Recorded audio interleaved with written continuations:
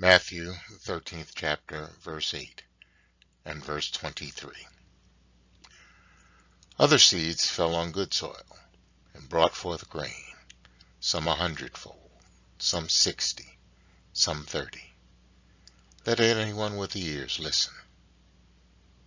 But as for what was sown on good soil, this is the one who hears the word and understands it, who indeed bears fruit and yields, in one case 100-fold, in another 60, and in another 30.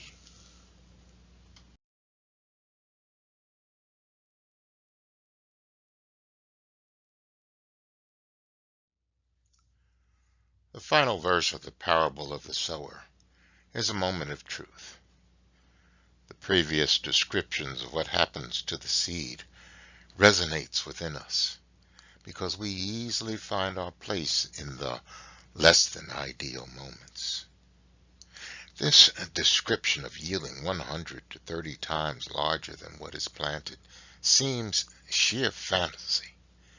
It is certainly not anything close to what the Palestinian farmer would expect. Twice perhaps would have been the normal yield. Maybe 3 times, but 30 times?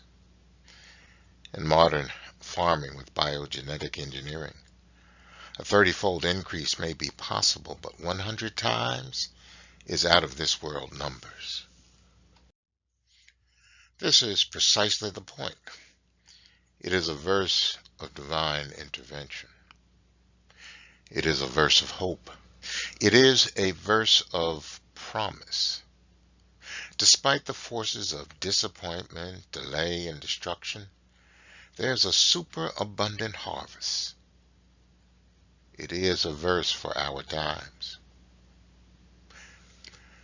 There is an adage that bad news travels faster than good news.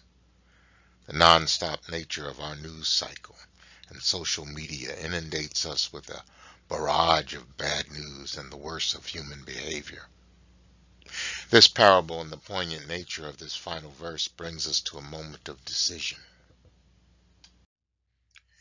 Can we believe in the hope of the divine intervention in our world, such that good far outshines and outlasts the bad? Can we operate on that premise with our flaws, iniquities, and failings? When knocked down, delayed, and denied, can we get up and keep moving on in God's will and way? Can we stand on the promise of this parable? It is about making a choice. The purpose of Lent is to prepare us to live in faith by this hope. Those that have ears, let them hear. Priscilla Jane Thompson was born in 1871 in Rosemoyne, Ohio. A poet and lecturer, she taught at Sunday school at Zion Baptist Church and self-published 2 books of poetry, Ethiop Lays, 1900, and Gleanings of Quiet Hours, in 1907.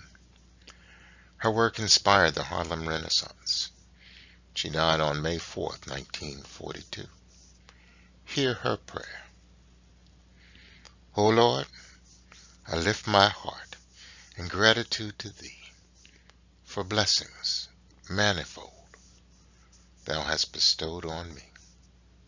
When conflicts rage within, too blinding to express, Thou pitied my still tongue and soothed my heart to rest. Keep me within Thy care. Compel me to the right. 'Tis sweet to walk with Thee in darkness or in light. Amen.